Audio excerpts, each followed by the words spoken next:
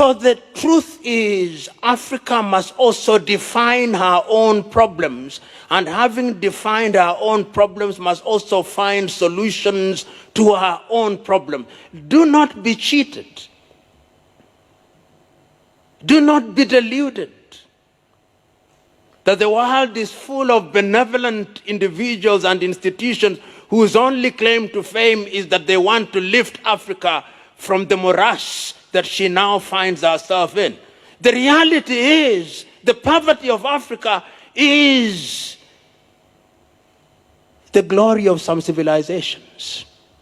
Poverty is an industry. Ignorance is an industry. Big industry.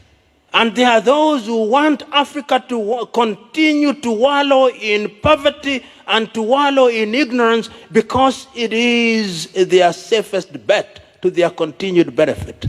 The day we wake up to that reality, the safer we are. That is why the English had this beautiful saying, let sleeping dogs lie.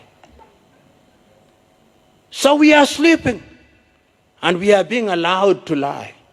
And we are being hypnotized into even greater sleep and slumber, to dream even further. But I'm telling us, if Africa is to realize our dream, we must wake up.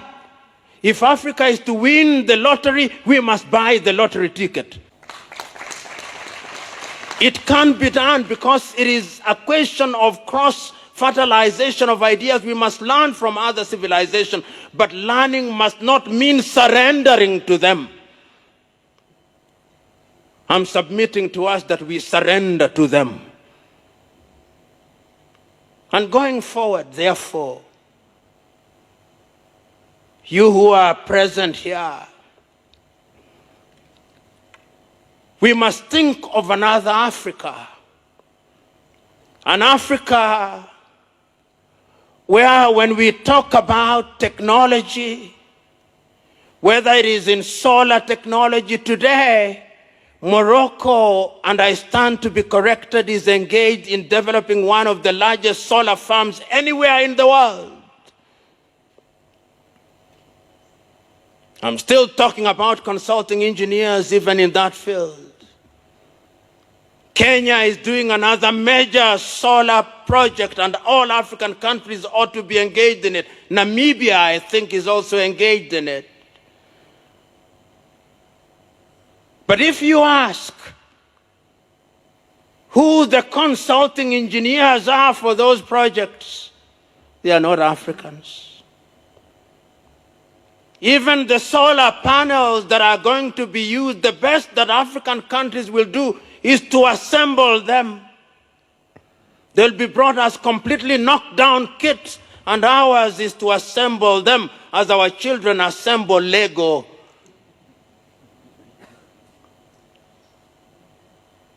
We are talking about water and water, which is an important thing, and water engineering.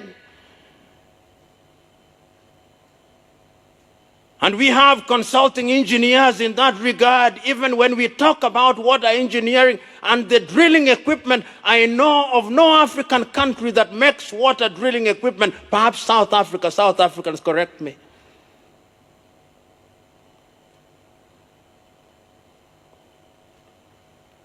When we are talking about road infrastructure, I know that sometimes even when we are doing the roads, even the one here, the Kampala and Tebe Expressway, the contractors, under the guise of something that they now call design and build, will even import steel from their countries, saying that ours has too much carbon content.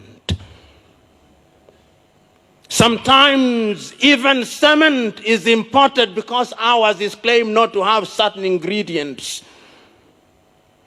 I'm still talking about consulting engineers.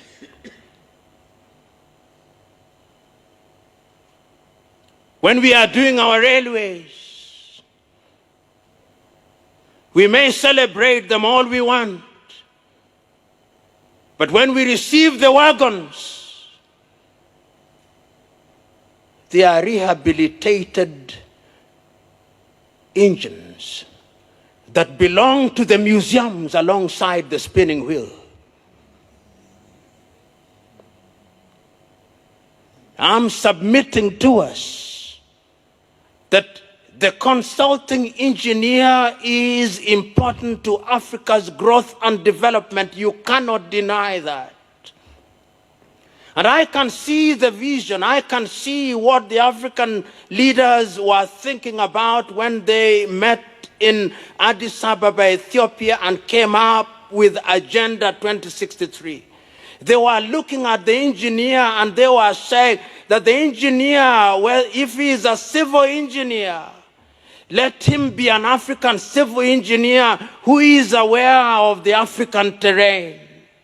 Let him be an engineer who is equipped with what he or she needs to grow Africa, so that when he or she is engaged in designing and ultimately presiding over the building of African roads, he knows he is our continent. That is what they were thinking.